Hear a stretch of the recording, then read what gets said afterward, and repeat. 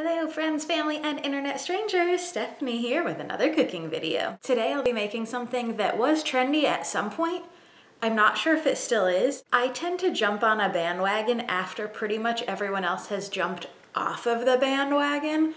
I like to be a little bit late to the trends. That's just how I roll. So today we are making egg roll in a bowl. If you, like me, are late to the trends and have not heard of egg roll in a bowl, it is essentially all of the filling you would find inside of an egg roll without that outer shell. Even though the outer shell is the best part. It's also the most fattening part, the highest carb part. Let's just get into it. This may come as a shock, but the Instant Pot is not being used for this recipe.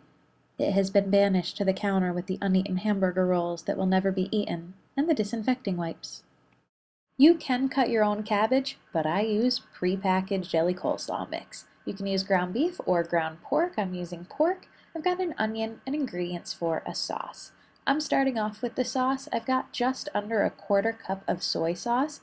I had read online multiple people saying too much soy sauce will make this too salty. So I did just under a quarter of a cup, thinking I could add more if I needed it.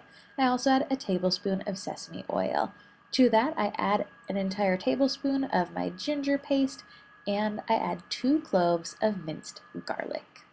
Give it a little whisk, and this has a lot of flavor. It is ready to be added into our meat once it's cooked. The Instant Pot may have been banished for this video, but we do have the return of my favorite ingredient, the diced onion. Haven't you missed seeing me dice an onion? I heat up a pan over medium to high heat and add a little bit of olive oil and then add the onions to that. This is what I'm going to cook my meat in. Once those get a little bit brown and slightly translucent on the edges, I throw in my ground pork.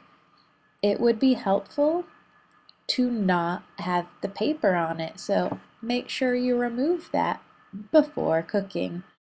One of my favorite things about being home with my parents is having access to all of the cooking utensils, including the handy meat masher from Pampered Chef. I don't remember what it's actually called, we've had it for so long. I am going to cook this up until it is brown. For me, that takes about 3 minutes, and then I add that beautiful sauce in here. Next up, time to add in that coleslaw mix or cabbage and carrots if you chopped up your own cabbage and carrots. And you're just going to cook this, stir it around until the cabbage is done to your liking. I like mine really soft, so I did this for about 4 minutes or so. It won't take that long if you like it crispy. I added a little bit of water so it would get really soft, and this is an adaptable recipe. You can do this with ground beef, you can change up your seasonings, but be sure that you are tasting it. I'm tasting mine to see if I need to add anything, maybe more soy sauce, but no. It tastes good. Here is our final product, ready to eat.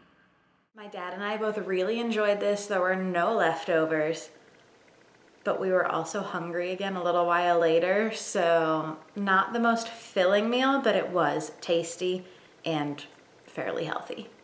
If you've tried this or are going to try it, leave a comment below. Give this video a thumbs up if you enjoyed it, and don't forget to subscribe. I've got new cooking videos every Sunday.